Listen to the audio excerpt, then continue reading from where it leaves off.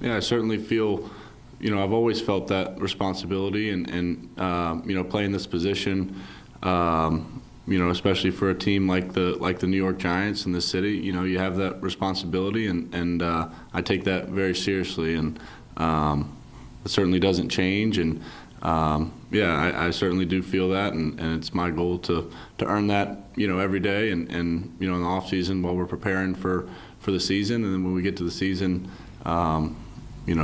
doing my best and preparing this team to win games and to put us in a position to do that. So, I take that responsibility very seriously. A point Chris Sims made earlier this week, and it's a good one.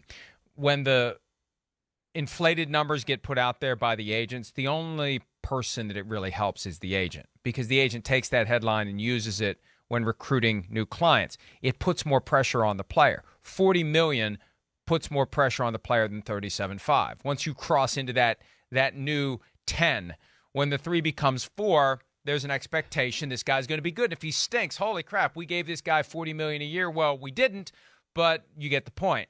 Now, the other side of it, too, if he plays better than expected, he's got, and it's a very creative incentives package where there's $70 million available, but the maximum he can earn is $35 million, and it's based upon his regular season ranking at quarterback in various categories, top 15, top 10, top 5, and then it's postseason achievement.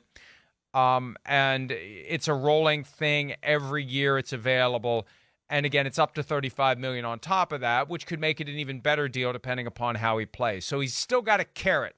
He's got $82 million guaranteed. He's got his base deal, and he's got a pretty significant carrot that he can earn pieces of in a bunch of different ways that can make this an even better deal. So he's got the incentive. Not that he didn't have the incentive anyway to play well, but he's going to get paid if he plays like a guy who's in the top half of the league. And if he plays like a guy who's in the top 10 or the top 5, he's going to make even more. Right. And I mean, that's kind of the way it should be, I guess. But I mean, when it comes to the pressure and all that, I mean, he was already the number 6 overall pick in the draft in 2019.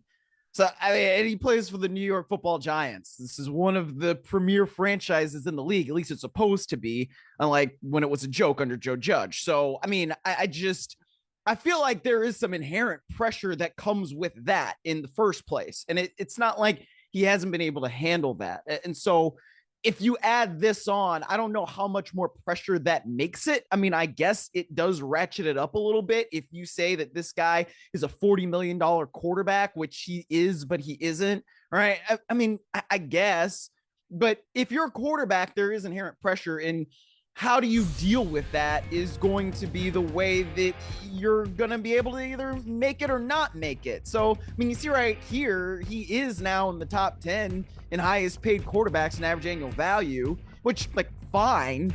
But if you play like a top 10 quarterback, it's going to be, one thing. And if you don't, then it's going to be another. But if you look at these top 10 highest paid quarterbacks, Mike, it's not like those top 10 highest paid are the top 10 that we would rank in quarterbacks. I mean, there are at least 3 quarterbacks on there, maybe probably 4, if not 5, that I would not say are top 10 quarterbacks in this league.